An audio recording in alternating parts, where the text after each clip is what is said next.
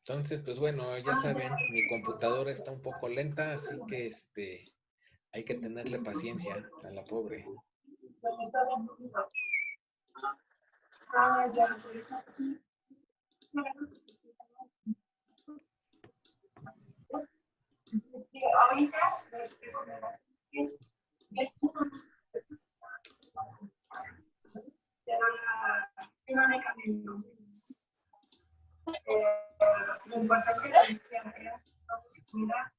Bueno, pues ya estamos aquí en el problema. Por ahí, creo que Carlos tienes mucho ruido. A ver si puedes poner silenciar el micrófono. Ah, gracias. Bueno, entonces, en este problema tenemos el movimiento de un fluido a través del espacio anular entre un sistema de tubos concéntricos. Este movimiento es provocado porque el tubo que se encuentra en la parte interior se está desplazando de izquierda a derecha, ¿sí? Nos dice asimismo el problema que no hay un gradiente de presión que dirija el flujo, o sea, la presión en el punto 1 es igual a la presión en el punto 2, por lo tanto, esta componente, la diferencial de P con respecto a X, pues va a ser igual a 0. ¿Por qué? Porque es la misma presión que tenemos, ¿sí? Entonces, en primera, para ir definiendo las características de este sistema, pues vamos a considerar que como son tubos concéntricos, pues vamos a trabajar en coordenadas cilíndricas. Utilizan coordenadas cilíndricas. ¿De acuerdo?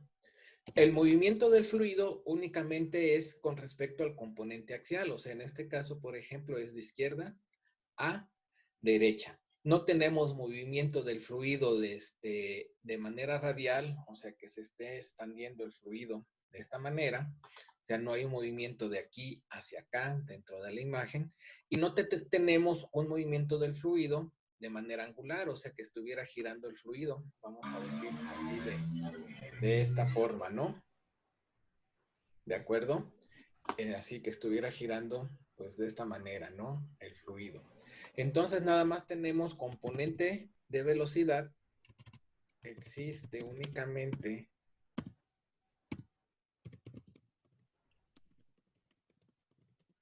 componente de velocidad en X, ¿sí? O sea, un componente de velocidad axial. Ahora, esta velocidad en X ¿es constante o es variable? Si la consideramos con respecto a su posición en X, al estar asumiendo que ya es un estado estacionario, la velocidad que tenemos justo en este punto es la misma que tenemos en este punto, que tenemos en este punto, que tenemos en este otro punto. O sea, la velocidad en X no va a cambiar con respecto a X. Asimismo, como el fluido no está girando, pues la velocidad de X no depende del ángulo. ¿De acuerdo? Sin embargo, sí vamos a tener un gradiente de velocidad de esta posición hacia esta otra posición entre las paredes de la tubería, ¿sí? Entonces vamos a decir que no existe efecto de la velocidad, vamos a decir velocidad axial con respecto a X, ni con respecto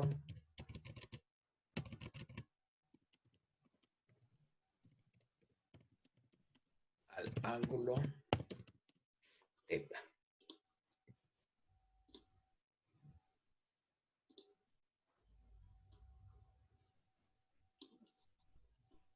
¿Sí?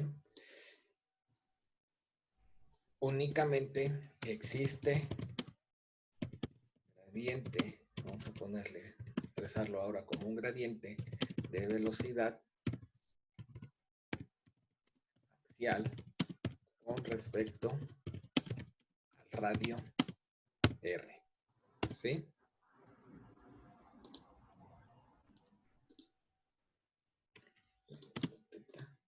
Y ahora, ¿cómo va a ser ese gradiente de velocidad? Si recuerdan, en el caso en el cual tenemos, había una diferencia de presión entre el punto 1 y el punto 2, se formaba una especie de parábola, ¿verdad? Aquí, sin embargo, pues al no tener este gradiente de presión, bueno, vamos a anotarlo.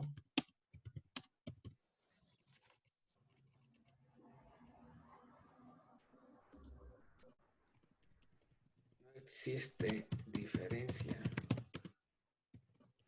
de presión.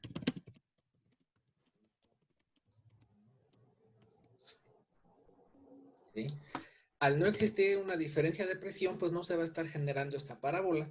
¿Cómo sería entonces este gradiente de velocidad? Este tubo pues se va a estar desplazando. Vamos a ponerlo aquí. De esta manera.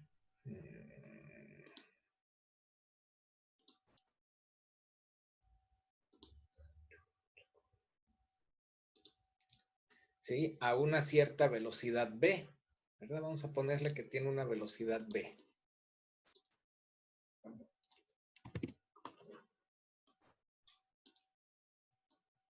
Entonces,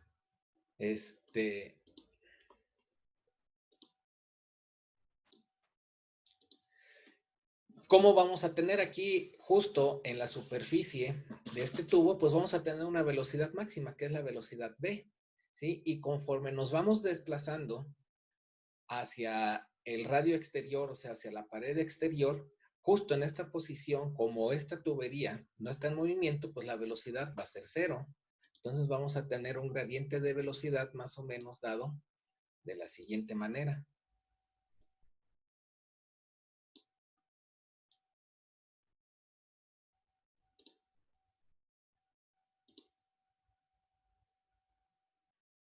Donde tenemos una velocidad máxima aquí y una velocidad cero en esta otra posición, ¿verdad? Así es como vamos a tener el gradiente de velocidad. Entonces esto, pues recuerdan, hay que expresarlo posteriormente de manera matemática. Recordando un poco de la teoría, si ustedes recuerdan, tenemos fuerzas superficiales y fuerzas de cuerpo, que es lo que provocan el movimiento del fluido. En este caso, o hay que recordar cuáles son las fuerzas de cuerpo, cuáles son ellas. Básicamente habíamos considerado una nada más para lo que compete a lo que es el curso. ¿Cuál es ella?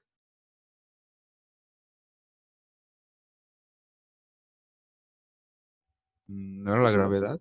La gravedad, ¿verdad? No, que como habíamos indicado anteriormente, o sea, la gravedad como tal no es una fuerza, pero pues así la podemos identificar, ¿no? La fuerza de la gravedad es una fuerza que se aplica a todo el cuerpo.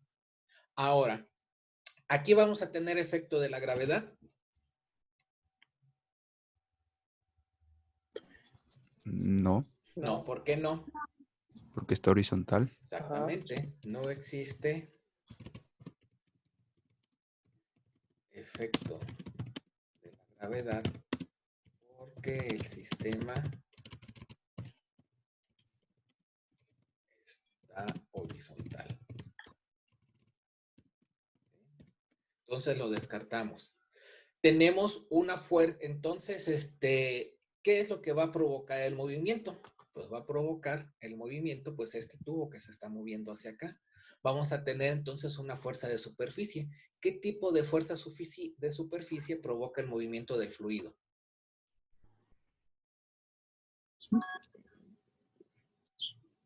La de arrastre, ¿no? Sí, la de arrastre, pero eso lo relacionamos directamente con una propiedad del fluido, que es ¿qué? La viscosidad. Viscosidad, entonces son las fuerzas viscosas las que provocan el movimiento o el desplazamiento del fluido. ¿De acuerdo? Entonces, tenemos que, vamos a anotarlo aquí como características.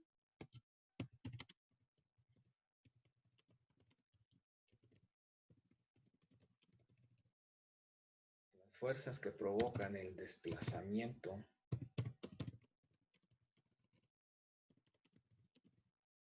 del fluido son las fuerzas viscosas y Vamos a llamarle o recordar que esas son fuerzas de superficie. ¿De acuerdo? Entonces, con esto, pues ya podemos nosotros definir o hacer el planteamiento matemático. ¿Sí? Se utilizan coordenadas cilíndricas, únicamente tenemos componente de velocidad en X, existe únicamente efecto del radio R con respecto al gradiente de velocidad, o sea, la velocidad en X no cambia con respecto a su posición en X, no cambia con respecto a su posición en teta.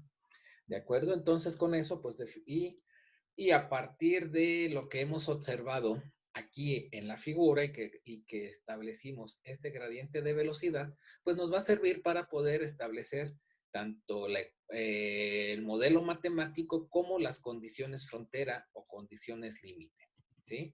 Como se utilizan las ecuaciones, más bien son coordenadas cilíndricas, pues las ecuaciones de Navier-Stokes que vamos a utilizar pues son las que están dadas en coordenadas cilíndricas, ¿no? Que vendrían siendo estas que tengo anotadas aquí.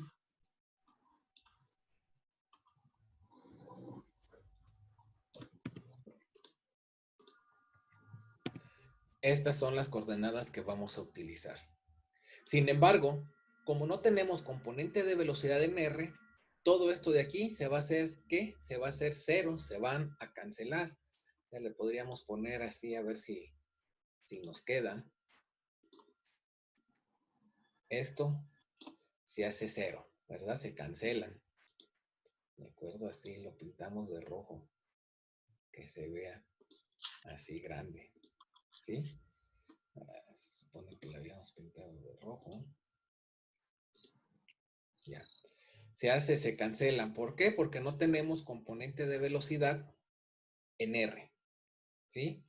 No tenemos componente de velocidad en en teta. ¿Sí? Entonces esto de aquí también los vamos a cancelar. Todo esto se cancela. ¿Por qué? Porque no tenemos componente de velocidad en teta.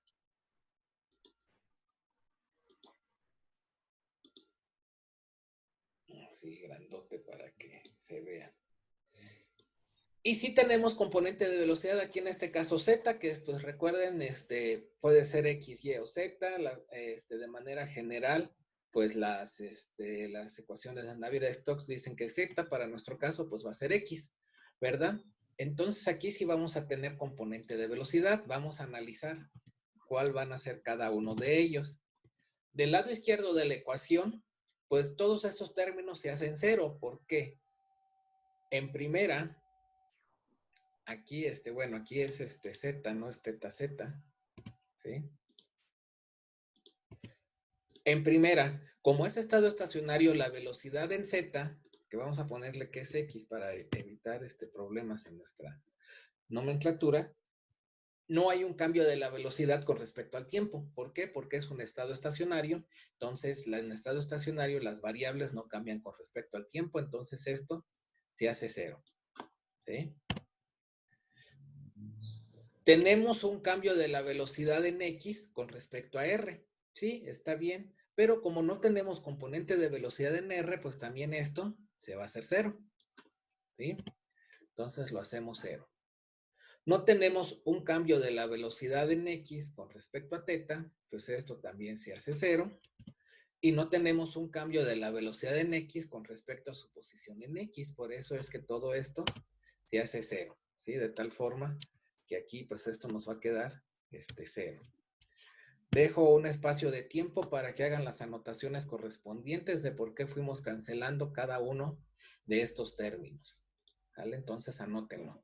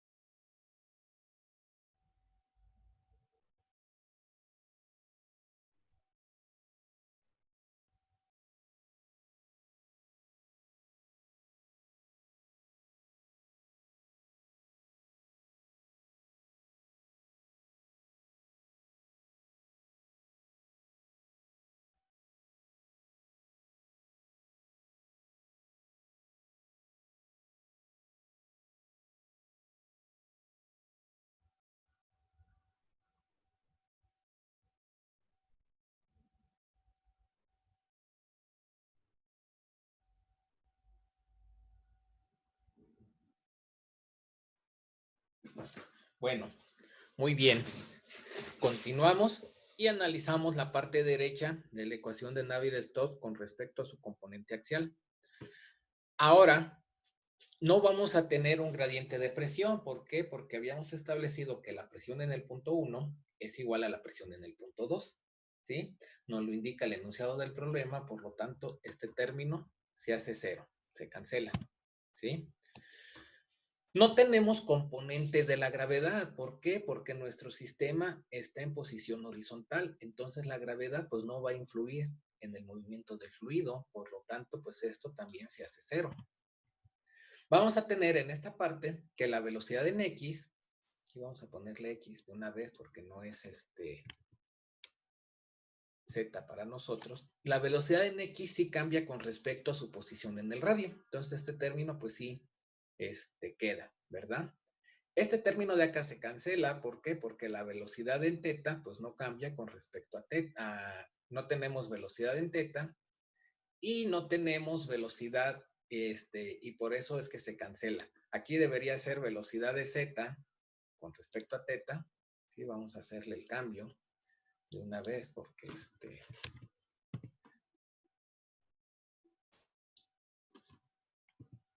de cualquier forma se cancelan. ¿Por qué? Porque la velocidad en X o en Z no cambia con respecto a teta y no cambia con respecto a Muy bien, Israel, ¿cuál es la pregunta? ¿Por qué en el lado izquierdo sí canceló lo de Z con respecto a R? Aquí porque en este caso no tenemos velocidad en R. Este término de aquí es cero. ¿Sale? Ya. ¿De acuerdo? Entonces, pues estos se cancelan, ¿verdad? Y nos va a quedar la expresión dada de esta manera. Esta es la expresión matemática que tenemos que resolver y tener una solución general y posteriormente con las condiciones límite, condiciones frontera, pues poder establecer nuestra solución particular. Entonces comenzamos con la condición límite 1. ¿Cuál podría ser una primera condición? De acuerdo, como hicimos el bosquejo de nuestro problema aquí. ¿Alguien que me diga cuál sería una primera condición límite que tenemos? ¿Podría bajarle un poquito más para que se vean lo que escribió? Donde dice se utiliza coordenadas cilíndricas, por favor. Donde se utilizan coordenadas cilíndricas aquí. Ajá. Bueno, pues es esto, pero yo le estaba poniendo más que todo el diagrama, ¿no? Aquí para establecer las condiciones límite. Profe, ¿sería la velocidad? Ajá, ¿cómo sería? ¿Cómo expresaríamos? Cuando en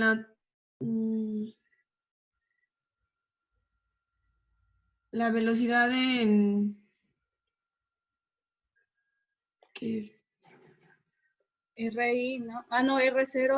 R0. Ajá. En R0, ¿qué sucede? Cuando el radio es igual a R0, ¿qué sucede con la velocidad? Es igual a 0. Muy No, bien. no. Ajá. ¿Y cuál sería la otra condición límite? RI, ¿no? En RI, ¿qué Sería sucede? velocidad La máxima. máxima. La velocidad V, ¿verdad? Muy bien, vamos a establecerlo. Entonces, la condición límite 1 sería cuando R es igual a R0, vamos a tener que la velocidad en X va a ser igual a 0. Podemos expresarlo también que U de X, esto es R0, es igual a 0. Y la condición límite 2 sería cuando R es igual a RI, vamos a tener que la velocidad en X es igual a la velocidad V. Vamos a ponerle ahí V o V máxima, como ustedes quieran ponerlo. Otra manera de expresarlo es que la velocidad en X cuando R es igual a RI es igual a V. Y entonces con esto, pues ya podemos nosotros pues resolver matemáticamente esta expresión. Lo vamos a hacer un poco más adelante, anoten pues todo esto, o sea, hagan sus anotaciones correspondientes de por qué llegamos a este modelo matemático, esta ecuación diferencial de segundo orden. Otra cuestión, como ahora la velocidad en X únicamente depende de R, pues esta ecuación diferencial que era parcial la podemos convertir en una ecuación ordinaria, ¿verdad? Y entonces ya lo ponemos como una ecuación diferencial ordinaria. Hagan las anotaciones correspondientes y posteriormente resolveremos el problema.